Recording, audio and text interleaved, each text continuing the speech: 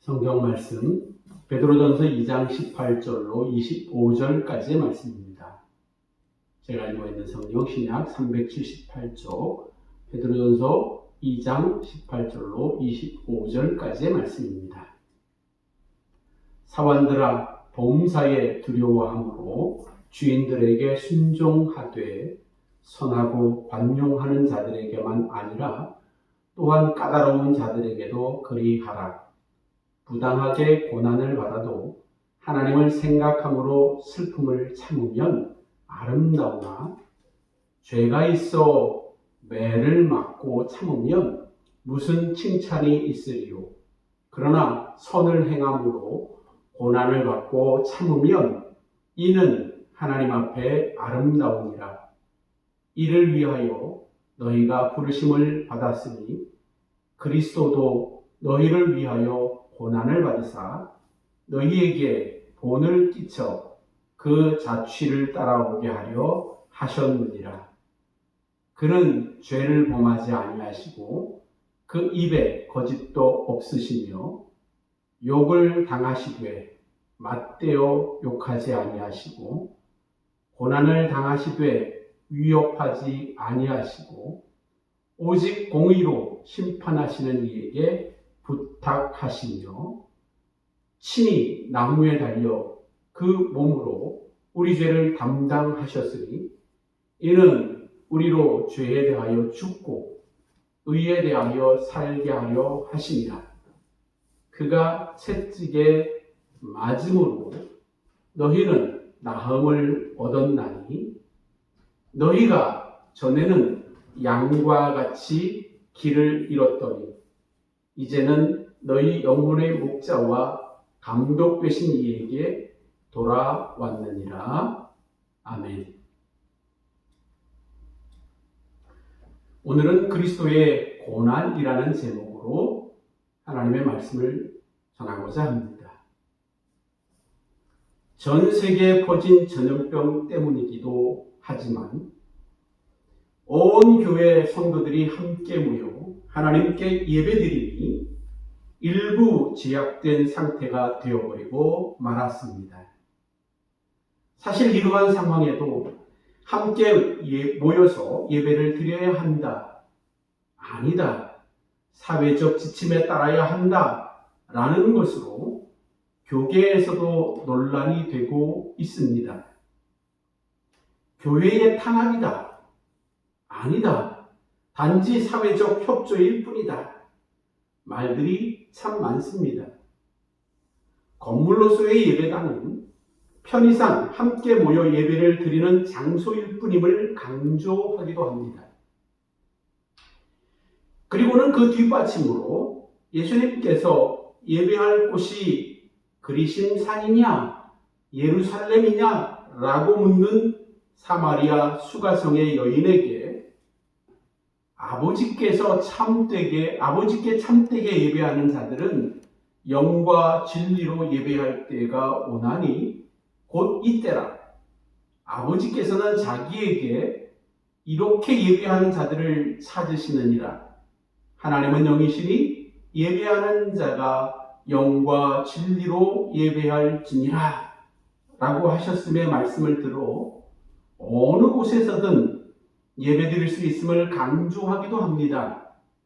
그리고 두세 사람이 내 이름으로 모인 곳에는 나도 그들 중에 있느니라 고한 마태복음 18장 20절의 말씀을 거론하기도 합니다. 네, 모두 맞습니다. 개혁을 외치는 분들이 종종 초대교회로 돌아가자고 외치기도 하는데 초대교회를 생각해보면 지금처럼 이렇게 화려한 건물로서의 교회가 존재하기나 했을까요? 현 시대에 예배당 건물에 함께 모여 예배를 드림은 우리의 신앙에 대한 연약함 때문이라고 할 수도 있을 것입니다. 가정 예배가 사라진 지 오래라고 여겨집니다. 물론 가족들이 함께 모이기조차 힘든 현 시대상을 생각한다면 이해가 되긴 하지만 이런 상황에 예배당에 함께 모이지 않는다면 과연 하나님께 정기적으로 예배드림이 가능하기는 할까? 라는 염려가 되기도 합니다. 이런 상황에 이렇게 온라인 예배를 드리게 되면 또 다른 생각을 갖도록 합니다. 생각지도 못한 고난이 우리가 함께 모여 예배드림이 얼마나 귀하고 소중한지 더 깊이 깨달을 수 있도록 해주기도 합니다. 어찌되었든 우리는 지금 고난의 시기를 보내고 있습니다. 그런데 예수 그리스도를 구주로 믿고 따르는 그리스도인들의 이 세상의 삶은 고난의 연속이라고 할 수 있습니다. 오늘 우리가 살펴볼 말씀에도 고난이라는 단어를 많이 사용하고 있습니다. 이 서신의 수신자들은 소아시아의 5지방, 즉 본도, 갈라디아, 갑바도기아, 아시아, 그리고 비두니아에 흩어진 나그네들입니다. 수신자들 가운데에는 베드로전서 1장 14절에 너희가 순종하는 자식처럼 전에 알지 못할 때에 따르던 너희 사욕을 본받지 말고 라는 말씀과 2장 10절에 너희가 전에는 백성이 아니더니 라는 말씀을 근거로 생각해 보면 유대인들보다는 이방인들이 많았음을 추론해 볼 수 있습니다. 그리고 이 서신의 기록 연대를 저자인 베드로가 초대교회의 강력한 전승에 따라서 노년에 머물렀던 로마에 도착한 시기가 주후 63년 말에서 64년 초기로 추정한다면 네로 황제의 기독교인들에 대한 대박해가 시작되기 전후라고 볼 수 있습니다. 그래서 그런지 유독 고난에 관한 단어를 많이 사용하고 있습니다. 이 서신이 그리스도인들에 대한 박해의 전조가 시작되었느냐, 아니면 시작되기 전 사태가 급속히 진전되고 있을 때냐에 시기적 논란이 있기는 합니다. 그렇다면 왜 그리스도인들이 예수님을 십자가에 못 박으라 외쳤던 유대인들에 대한 핍박도 모자라 로마의 지배하에 있는 소아시아 지역에서 로마인들에게도 핍박을 받을 수밖에 없었느냐는 것입니다. 그것은 황제를 신격화하여 숭배했던 로마의 특성 때문이었습니다. 구약의 이스라엘 백성들이 바벨론 왕의 금신상 앞에 절을 해야 했던 것과 같이 로마 황제를 숭배해야만 했던 것으로 인해서 핍박을 당해야 했습니다. 그런 그리스도인들에게 베드로는 이렇게 가르치고 있습니다. 사환들아, 범사에 두려워함으로 주인들에게 순종하되 선하고 관용하는 자들에게만 아니라 또한 까다로운 자들에게도 그리하라고 합니다. 그리스도인 가운데 다른 사람의 집에서 하인으로 종으로 살아가는 분들이 있었던 것 같습니다. 그들에게 모든 일에 두려워함으로 순종하라고 합니다. 주인이 선하고 관용을 베푸는 사람이든 까다로운 사람이든 그렇게 하라고 합니다.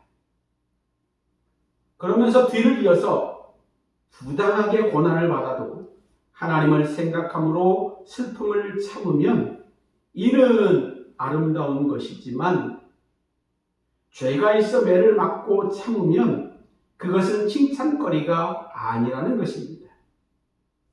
그리고 선을 행함으로 고난을 받고 참으면 이는 하나님 앞에 아름다운 것이라고 하였습니다. 그리고 21절에서 이를 위하여 너희가 부르심을 받았노라고 합니다. 선을 행함으로 고난을 받고 참기 위하여 부르심을 받았다는 것입니다.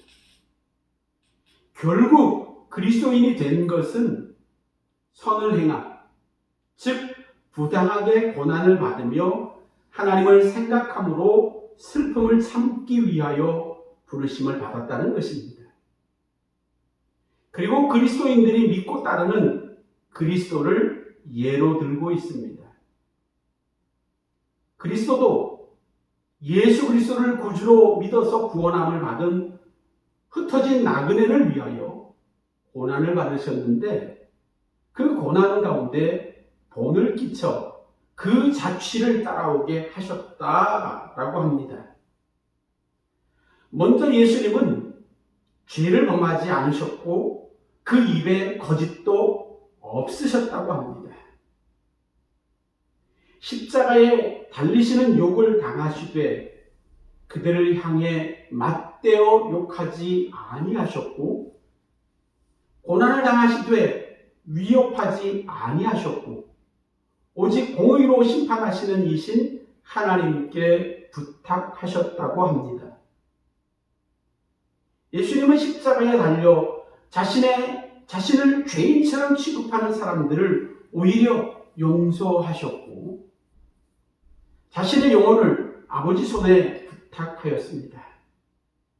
이렇게 예수 그리스도께서 친히 나무에 달려서 그 몸으로 우리 죄를 담당하셨으니 이는 우리로 죄에 대하여 죽고 의에 대하여 살게 하려 하심이라고 하였습니다.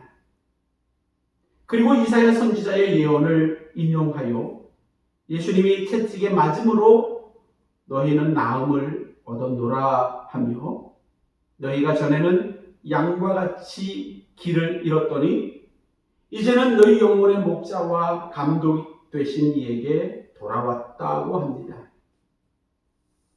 예수 그리스도께서 죄와 허물도 없이 받으신 고난으로 말미암아 죄인이요 이방인이었던 너희들을 구원의 길로 인도할 수 있었듯이 지금 하인으로서의 삶을 살아가는 너희들이 선하며 관용을 베풀 줄 아는 주인이든지 까다로운 주인이든지 그들에게 순종하되 부당하게 고난을 받고 선을 행함으로 고난을 받고 슬픔을 참음으로 그들을 바른 길로 즉 구원의 길로 인도할 수 있기에 그것은 아름다운 것 즉 은혜로운 것이라고 합니다.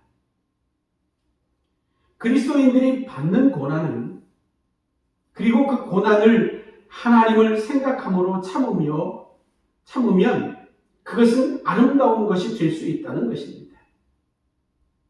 물론 죄가 있어 매를 맞고 참는 것과는 분명 다름을 알아야 합니다. 그리스도인들에게 있어 이 세상의 삶은 고난 그 자체라고 할 수 있습니다. 예수님께서 제자들을 향해서 세상이 너희를 미워하면 너희보다 먼저 나를 미워한 줄을 알라. 너희가 세상에 속하였으면 세상이 자기의 것을 사랑할 것이나 너희는 세상에 속한 자가 아니요 도리어 내가 너희를 세상에서 택하였기 때문에 세상이 너희를 미워하느니라 라고 하신만 보아도 알 수 있습니다. 그리스도의 고난받으심이 모든 그리스도인들에게 본이 되어 그 길을 따라오도록 함이라고 하였습니다. 예수님은 당시 세상 정부, 즉 로마의 정부를 완전히 부인하지 않았습니다. 로마의 십자가 형벌을 달게 받으셨다라는 것 자체가 그렇습니다. 그렇다고 그들이 말하는 황제 숭배 사상을 옳은 것으로 여겨서 따라가지도 않았습니다. 하나님의 나라와 세상 나라를 확실하게 구분하여 비록 그리스도인들이 세상 나라에 속하여 살아가고 있기는 하지만 하나님 나라를 소망하는 하나님 나라 백성임을 기억하고 두 모순됨의 관계에서 반드시 있게 될 고난을 선을 행함으로 참고 이겨내라고 하였습니다. 물론 그 이유는 죄의 길을 걸어가고 있는 세상에 속한 사람들을 영원한 생명의 길로 인도하기 위함이라고 했습니다.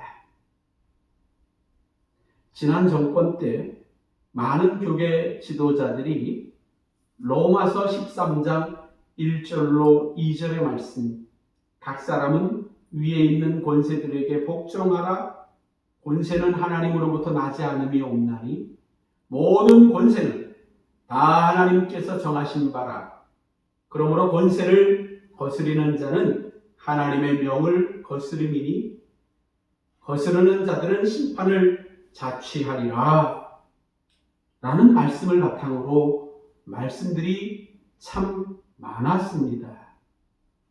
그런데 지금은 그런 분들이 전염병으로 인해서 함께 예배드림을 자제해달라는 것을 놓고 교회를 탄압한다고 권세에 도전을 하기도 합니다.